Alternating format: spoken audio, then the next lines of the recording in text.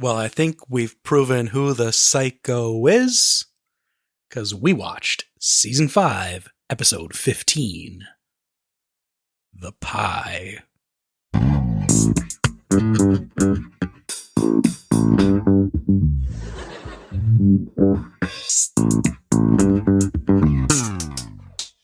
Yes, we have. So, Katie, Hi. how'd you like the pie? I liked it. What did you like about the pie? What I liked, I feel like it was pretty balanced. Among the four, there was just enough Kramer, not too much, except at the end. George's story was funny. It intertwined with Elaine's. I always like the two of them working together. Like, she had a line in the clothing store. She's like, "Did you roll your eyes at me to him? I should be rolling my eyes at him about you." Mm-hmm. You laughed at that. You know what? Probably Jerry's was the weakest. Even though it's the whole point of the episode. It's definitely the A story. Yeah, but I don't think it was super laugh out loud funny. And we never did figure out why she wouldn't try the pie. We didn't. We'll talk about that. Yeah. Did you like it? Yeah. I was thinking about this episode while we were watching it. This entire episode was about obsession. Ooh. You had Jerry obsessed with why Audrey wouldn't eat the pie. You had Elaine obsessed with trying to figure out how a mannequin looked exactly like her. You had George obsessed with the suit. And you had Kramer obsessed with the itch on his back. So, did you like it? Yeah, I think so. This episode was written by Tom Gamble and Max Prost. I remember them. Do you remember the last episode that they wrote? I didn't like it. It was The Cigar Store Indian. It was directed by Tom Sharonis. It aired on February 17th, 1994. Vulture.com ranked it as the 121st best episode, and Screen Crush didn't have it much better at 90th. I don't think it's worthy of being so low. Do you? I think there were some funny parts. I don't know. I don't know why it really ranked so low. They both knocked it a little bit for the, or at least what they focused on was the Jerry storyline. I think if you do that, it's a less good episode. Yeah. I wonder if they actually watched the episodes or if they were just given a synopsis of it. And they're going on memory? Well, maybe. Like if you told me this is the episode where Jerry, the main storyline is Jerry doesn't want to eat the pizza because Poppy doesn't use the toilet. I'd be like, oh yeah, okay, well, I don't know, yeah. We can throw it back to last week when I didn't remember that was what this episode was about. Poppy's a little sloppy. I think you did okay. I was thinking of another episode. I guess, spoiler alert, Poppy comes back. Sorry, I actually clipped only you saying Poppy's a little sloppy. Oh, there we go. So, according to this episode, you got it 100% right. I guess we'll talk about that. So, who were the guest stars? You're asking me? I know one. The waiter at the restaurant where George goes for his second interview, who brings the chocolate, what was it, chocolate pie? Chocolate cream pie, man. Is Eamon Rush. Okay. And I looked him up because I recognized him. Did you recognize him? No. Maybe. I don't think I looked at him. He was Mr. Dickey, the bank manager in The Mask. Oh, interesting. Yeah. So some other notable guest stars. We had Suzanne Snyder playing the role of Audrey. Now, you might remember that Suzanne Snyder played a role previously in the episode The Limo. She was the Nazi. She was the Nazi. She was Ava. Wow. She was also in Weird Science, Killer Clowns from Outer Space, and Return of the Living Dead 2, which I'm not sure if Return of the Living Dead 2 is the sequel to Return of the Living Dead, or Return of the Living Dead 2 is a sequel to Night of the Living Dead. Oh my God. I didn't recognize her as being Ava until you said so. But when you said that she has been on the show before, I was like, right. Now, did you recognize that Christine Dunford, who played the role of saleswoman, was returning from a previous episode? No. She played Leslie in the episode The Baby Shower. Leslie was the woman that gave George the worst date of his entire life, and he had the huge Bosco stain on his sweater. What accent did she have in this episode? We'll talk about that. Rennie Santoni played Poppy. He was in Dirty Harry. He was in Cobra. He was in 1983's Bad Boys. Oh, wow. And now he's Poppy. Who played the health inspector? I don't have that. I asked because he looked exactly like Poppy. Like an older brother. A little bit, I guess. Not exactly like Poppy. He looked very much like Poppy. He looked like an old man. He looked and once you get wrinkly enough, you all look the same. Poppy's older brother. Sunday Theodore played the role of Olive. She was in Shut Up and Kiss Me, You're Killing Me, and Joey Breaker. Mark Beltzman played the role of Bob. Who's Bob? The second chef that poisoned everybody at George's table. Oh, the suit guy. Yeah, he was in Billy Madison, Speed 2 Cruise Control, and Home Alone. Wow. Who was he in Home Alone? I don't know. Oh. Well, that's your job. I look up what they're in. I don't look up who they are. We also, in the tag, had the return of Sam Lloyd playing the role of Ricky, who was the, spoiler alert, maker of the mannequin. Right. Do you want to have some notes about this episode before we go over the synopses and comments? Sure. So the table read for this episode was on January 13th, but filming didn't start until February due to the Northridge earthquake, and they had to reconstruct parts of the Seinfeld set. Oh, wow.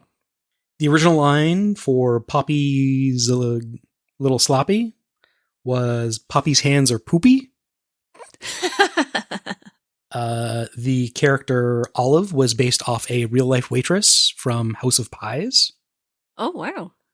And the whole storyline about offering somebody pie and them refusing but not explaining why they said no was a real-life experience that happened to Jerry Seinfeld that he described to the writers and was like as equally apoplectic about it as his character was. And they didn't say, well, what's the punchline? Why didn't she want the pie? They're just like, no, we're keeping it in. I think in real life, she didn't give a reason. Sure. And that would he was like, so like obsessed with it, just like his character was. Also, the storyline about a chef not washing his hands in the washroom was a real life thing that happened to Tom Gamble, one of the writers. Well, we almost covered it all. Jerry's girlfriend's father, Poppy, is a little sloppy. Kramer notices a mannequin that looks like Elaine. George buys a suit that swooshes. So I think in my I don't know how much you left in. I haven't been listening to the episodes lately. Oh. I use Google Podcasts. They aren't there anymore. Get out of town. I confused. There's an episode where Poppy returns later on. I think there's an episode where they're using skinny mirrors. I think I talked about that. There's an episode about abortion. So I got like a whole bunch of stuff wrong. But I did say Poppy's getting sloppy. You did.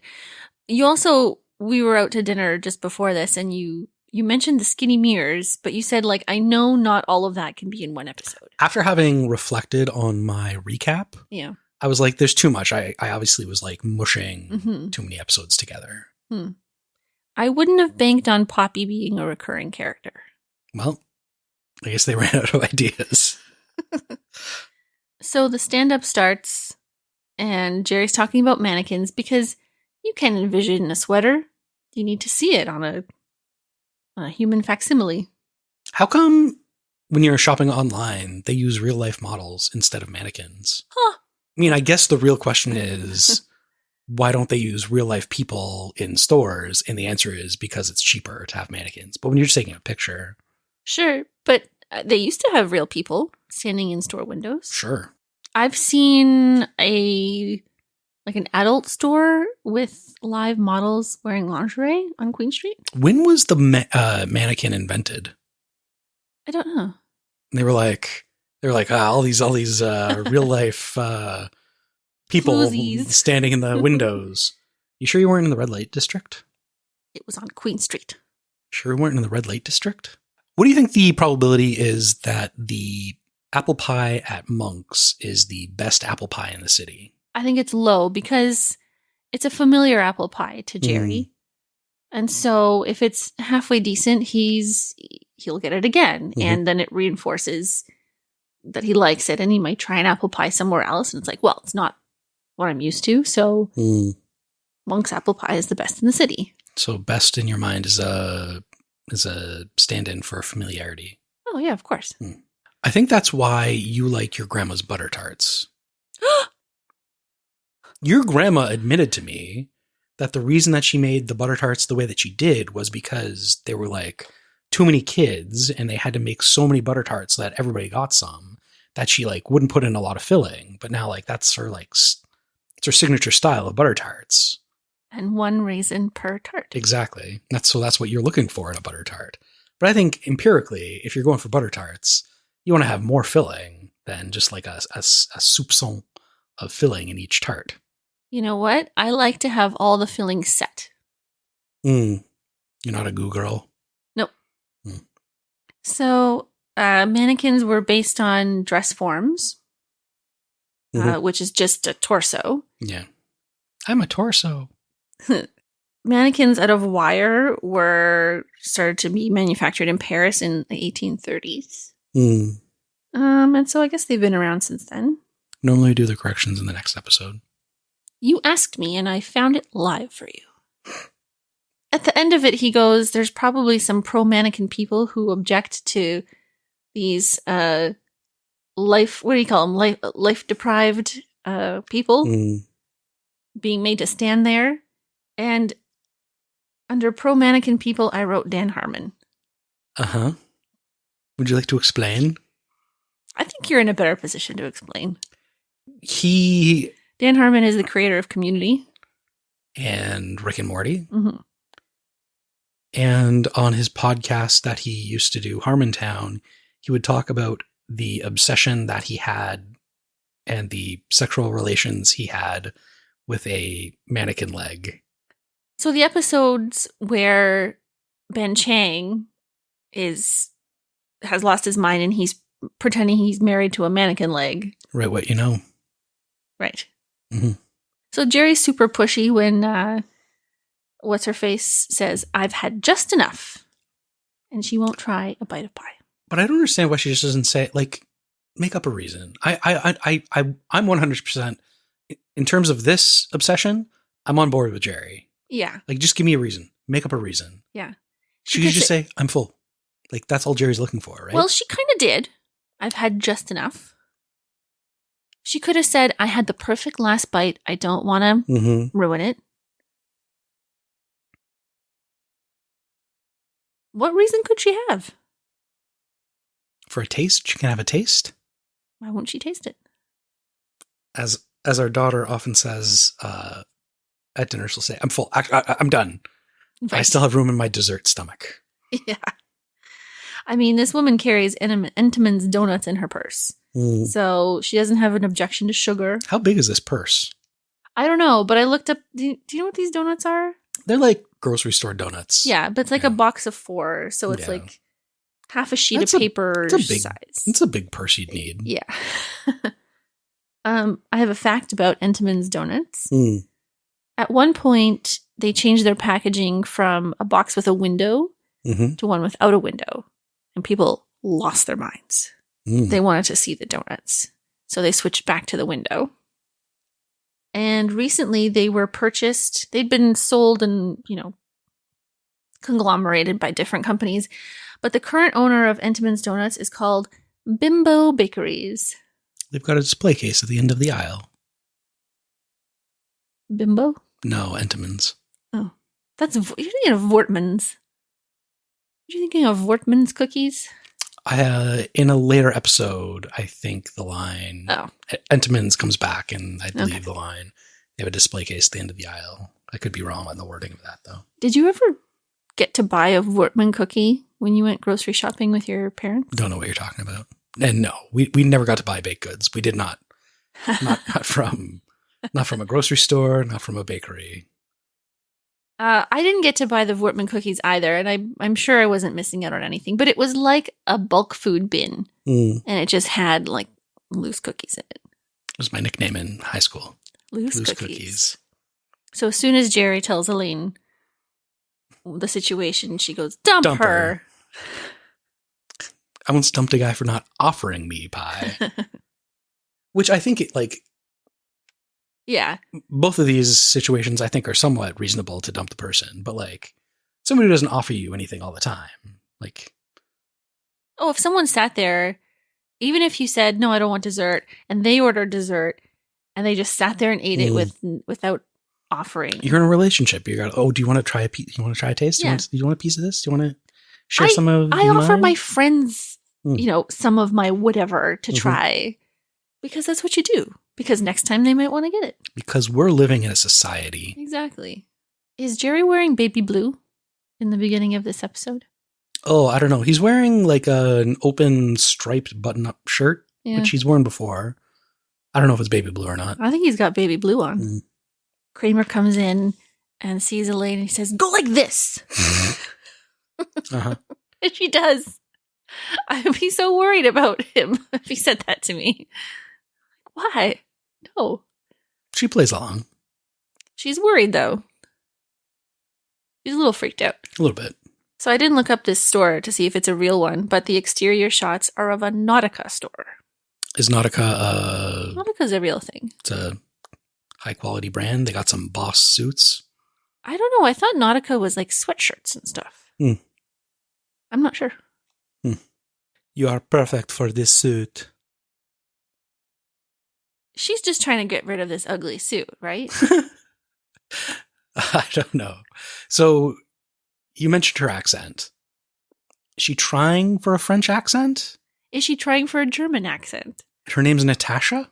I think Elaine just calls her Natasha because she thinks she's got a Russian accent. I think she has a name tag on. Oh, I don't know. It's almost like Lisa Simpson's accent in the Twin Peaks sequence of Who Shot Mr. Burns? Where it's backwards. Yeah. Burns' suit. That episode's Who Shot Mr. Burns? I said that. So mannequins don't usually look like people. They're purposely generic. You get like a blank face and no hair? Yeah. True. In like high quality stores, do you not get... I think it's blanker. Or even headless. Whoa. What do they do in hat stores? I have a funny story. So, you know the book The Witches? Haberdashery. Yeah. So, Witches of England, you may remove your wigs, you may remove your shoes. So the witches they're always bald, and they have no toes, so they have square feet. Okay.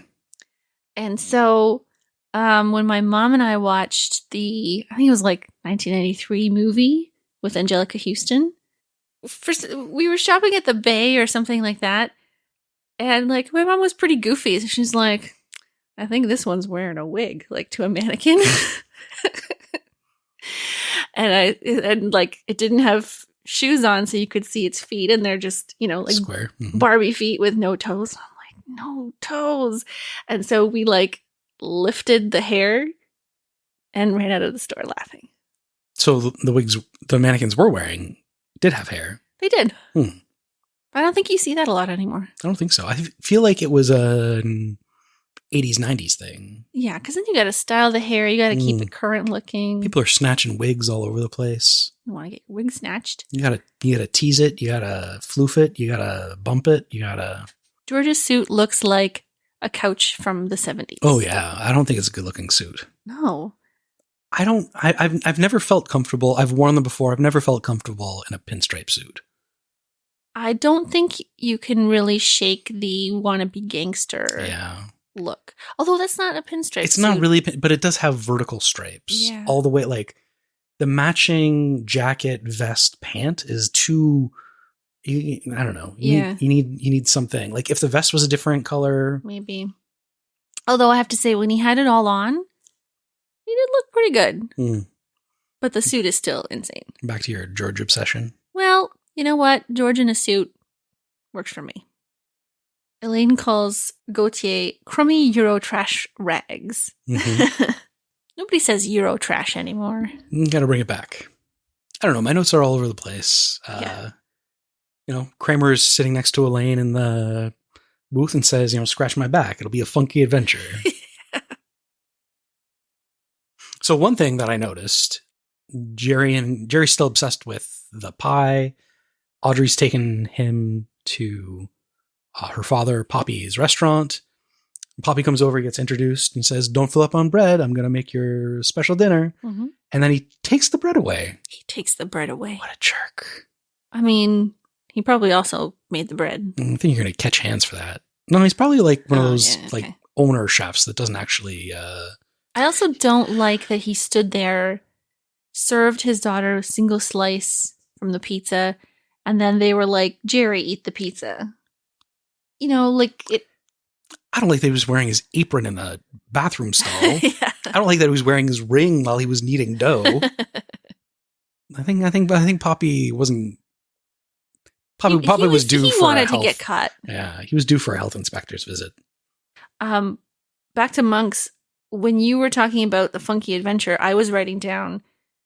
I didn't know that the cashier was going to be part of the story. But I noticed her because she had a huge yellow handkerchief tied in her hair. Mm-hmm. And so I was writing notes about this, background actor. Yeah. You're like, okay, you're an extra in Seinfeld. Just wear whatever you want. You're fine. Blend in. Yeah. She had a whole Brittany Murphy thing going on. She did. And with those nails, I wrote down, I bet she likes to pop pimples too. Gross. Well, she wants to scratch a stranger's back. Maybe a stranger's just a friend you haven't met. Ugh. Puts her hand up his shirt. So I want to talk about Bob for 1 second. Who's Bob? Bob is the guy who wants to also buy the suit. So George has been stalking the shop, protecting the suit, and then some guy goes in to wear it. Did you see the shirt he was wearing underneath the suit? It was like a white and yellow striped beach shirt with life preserver rings and ducks and stuff on it. Yeah, it was pretty wild. It was bananas. But he was like Bizarro George. A little bit, yeah.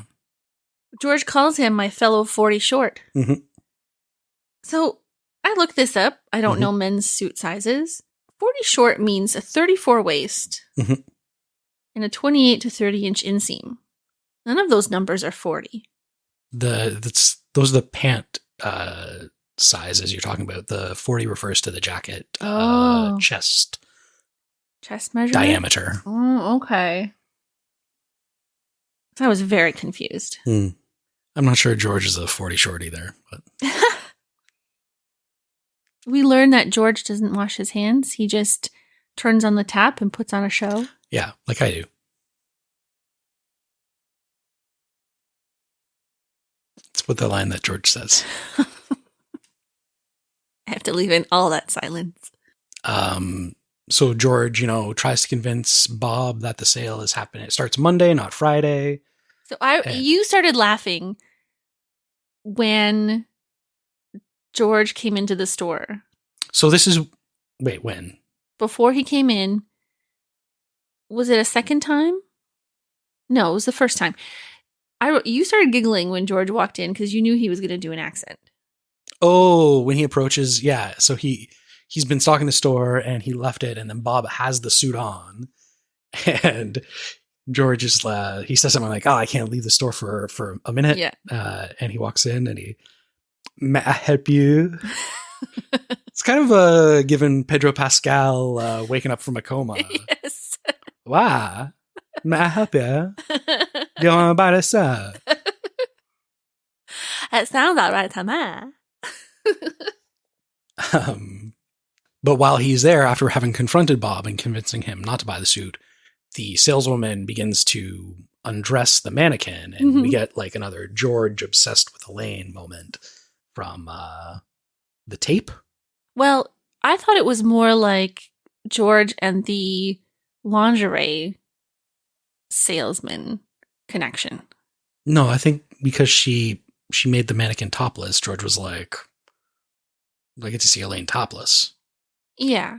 But it made me think of the lingerie manager that had female mannequins and bras all up in his office. Oh. Well, do you remember the episode, in the tape where Elaine leaves the sexy message, and George is I'm obsessed with this. Yeah. I forgot about that. So Elaine has narrowed down who she thinks could have made this mannequin of her. Mm-hmm. And she starts reading names to Jerry. And he's like, yeah, okay. And she goes, well, now I'm not going to read the rest to you because you have an attitude. Jerry's stuck in his own obsession. He can't take on the burden of another obsession. Also, he hasn't seen the mannequin at this point. He hasn't seen it yet. That's true. I think he would also be obsessed with it if he'd seen it. Probably. Because Kramer is. Yeah. And she is. George is. Mm-hmm. Everyone's obsessed with the mannequin. Whomever sees the mannequin. It's like a reverse Medusa. We didn't argue. We discussed over dinner how sometimes you claim that you'll say something that is completely neutral. Yeah. And I will get upset. Uh-huh. And I said, sometimes it's your tone. And you're like, what did you say? I said, tone doesn't matter. To which I then said, tone doesn't matter. Yeah. So it's Friday. The suit's on sale. George has to run down to the store. The other guy beats him in there. Mm-hmm. Where's it? Where's the suit? And, what is this? This isn't where this belongs. Who put this here? Nevertheless, I do think I'll purchase it. You'll pay. Half price. Yeah. Is that when Elaine goes down? I guess Elaine comes down to the store later. How many scenes are there in this store? A lot, because she comes back and she says, that's my ass in your window. Yeah. When they've positioned it in a spanking scenario? It isn't a spank scenario. It's also not in the window. No. It's you would not put a mannequin. I guess you have to do it for blocking or whatever for the scene, but effectively the mannequin is inside the store, not advertising to the street. But she claims that Jerry is her lawyer. Mm-hmm. What laws am I breaking? I didn't look up what Jerry said, but Witchell versus Mahoney. The McCarthy hearings. Mm-hmm, mm-hmm. And she goes to get the manager, and Elaine goes, start the car! Elaine, is your attorney. I advise against this. And then just a wild kind of dynamic of these people that George is interviewing with who are such team players, they will all share a dessert. And if you're one of us, you'll take a bite. Well, first off, they're doing a job interview at a pizza restaurant. Well, the boss guy said that it was too loud and he wanted to get away from the hustle and bustle. I guess. I don't know if I'd do a job interview at a restaurant. The rustle and swoosh of the corporate world.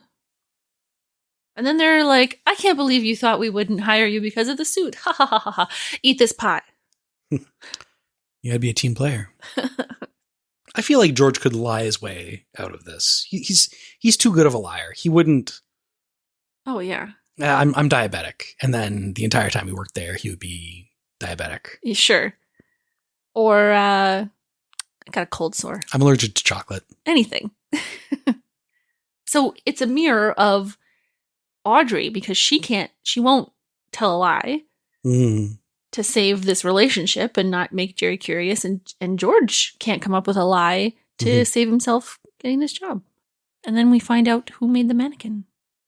Well, before that, we do have Jerry confronts Audrey at Poppy's and the health inspector shows up. Mm-hmm. I like how in Seinfeld's world, every inspector is a 1950s detective, Mr. Bookman from the library, whoever this guy's name was from trench coats, the health department. All these civil servants look like cops. Away? Yeah. I don't think you can do that. I think you would shut down the restaurant. You would not take Poppy away. You guys away. Keep going. Uh-huh. I'm going to take Poppy. Yeah. Have you ever gotten food poisoning at a restaurant? No. Remember I ate that bad oyster the night before we got married at Trump's hotel? I actually don't remember that. That's why I hate Trump. For that reason alone. I don't remember it, honestly. That was a surprise. I remember you telling me that recently, but that's a surprise to me. Maybe you didn't want to ruin my Would have been fun. Bad. Yeah. Yeah. I mean, you poisoned yourself on our honeymoon by eating raw sausage. Do you remember I made you dinner one time, and I think it was the first time I'd ever used MSG, and I threw up all night. It was your birthday.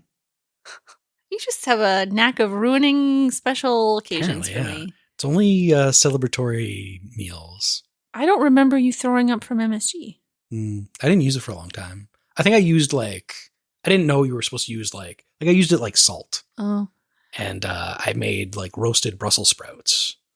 I don't remember this at all. Why did I get sick? I'm never going to make you birthday dinner ever again. You don't remember when I make it. Well, because usually you have a weaker stomach, and I'm like, oh, this is fine. I don't know what happened there. We flip-flopped. Apparently. I could look at an avocado that's a day on the wrong side and just be in bed all day. Mm-hmm. I haven't gotten food poisoning in a restaurant. But no, you got food poisoning? I don't count KFC at the en route as a restaurant. A roadside deep fried chicken, which remain nameless. I ordered the blandest thing. And now a break from our sponsors. Guys, the Double Down is back. You want to celebrate the Double Down coming back? Come down to KFC and get a Double Down. No, you know what I want? You want to get some chicken? I'm a gravy lover. Double Down. I want a chicken sandwich that has a well in it for gravy. Oh, did we talk about the... I don't know. Oh, what's it called? Oh, the Gravy Lover. It's called the Gravy Lover? Yes. Special food item. KFC Canada only. The Gravy Lover. What, Did it have stuffing? Was it a Thanksgiving thing? No, I don't think it was. It was a Christmas thing. I think it was just we're going to throw all the things on a sandwich. It was what? It was bun. We got to look up the. I think it was a Christmas thing because we were driving to your family in that snowstorm. Oh, it's true. Yeah. We lost the windshield wipers in our car. Oh, yeah. I can't believe we didn't stop for a Gravy Lovers after all that. You won't let me go to KFC. Well, I just won't go to KFC. Anyway, I got sick from KFC and then we were on the way to taste the menu for our wedding. And I sat down in front of this beautiful food and I just curled into a ball and said, no, thank you. And Derek tasted it and he approved. And I think he made a good choice. So a Gravy Lover sandwich, it's so what do you got going on here? You got bun, mayo, chicken, cheese, a quote-unquote crunchy indented hash brown. The indent is then filled with gravy, and then you got bun. That's like the molten lava cake of sandwiches. This thing would just be a mess to eat. You know what's most offensive to me? Is the cheese on there. I don't know about the mayo. Yeah. Because bun, take it or leave it. Chicken, potato, and gravy is a holiday meal. Mayo and cheese? I think we 86 the cheese, and hear me out. Pickles need a little bit of acidic crunch, or like a pickle brined chicken. Not acidic enough. What the hell are we talking about? Crunchy indented hash browns. So that's all I got for this one. Yep. What's up next week? The stand-in. Kramer convinces his friend Mickey to lie about his physical appearance to get a job. Well, to keep his job. For Kramer to keep his job? No, Mickey to keep his job. Okay. We're bringing Mickey in. I don't know how this is going to go. Why? Mickey is a little person. So I don't remember any specific jokes making fun of little people, but I'm wondering if there's anything that's inappropriate. I thought Mickey was the guy from the parking space. No. That's not Mickey? No. Oh, okay. Did they name him Mickey because of Mickey Mouse? I don't think so. Do you have any corrections? I ask if you have any corrections, you take out a novel.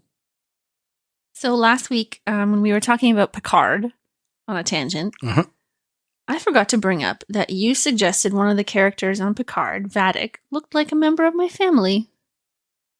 Oh, yeah. The bad guy. The evil, The bad guy weird, in your family? The evil, weird bad guy on Picard this season. It's an old white lady. She looks like... She does. She really looks like she could be in my family. Amanda Plummer. Hmm. There you go. We were also talking about the iguana running from the snakes. Mm-hmm. That was on Planet Earth 2 Islands. Mm.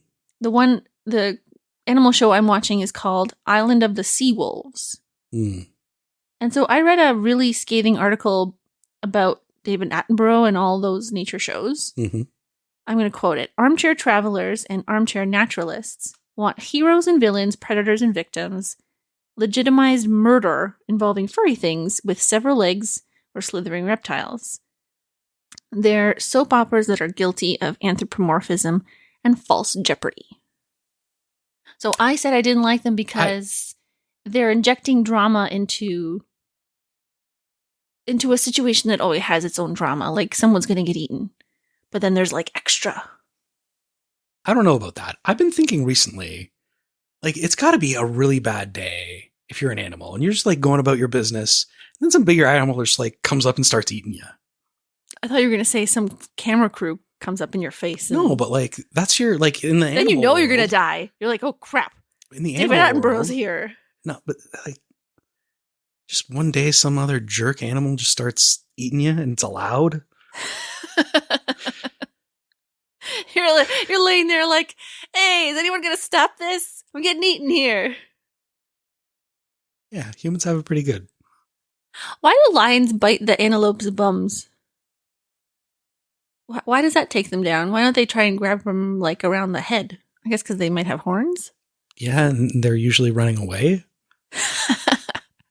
Because they're like, this is a really bad day. I don't want this to happen.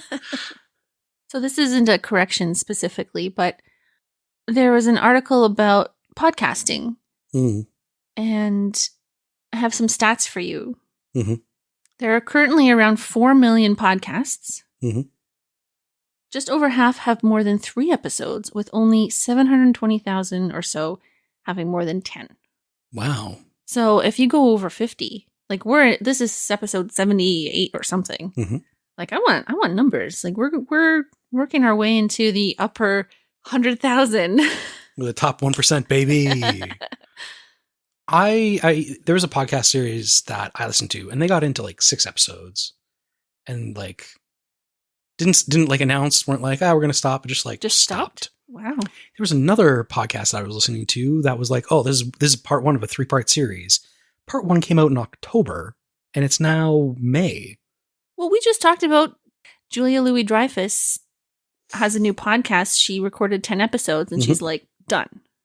This is the Netflix miniseries economy. You just like, or like British TV, you put out 6, then you're like, it's perfect. I don't need any more. Right. We're doing the Doctor Who model. You want to go on for 40 years, 1,000,000 years, 100,000 years until the greatest. Do you remember Mr. Poopy Butthole talking about all of the episodes that Rick and Morty were going to do? Now I do. And that's a Dan Harmon bookend on this episode. Bye-bye. Bye.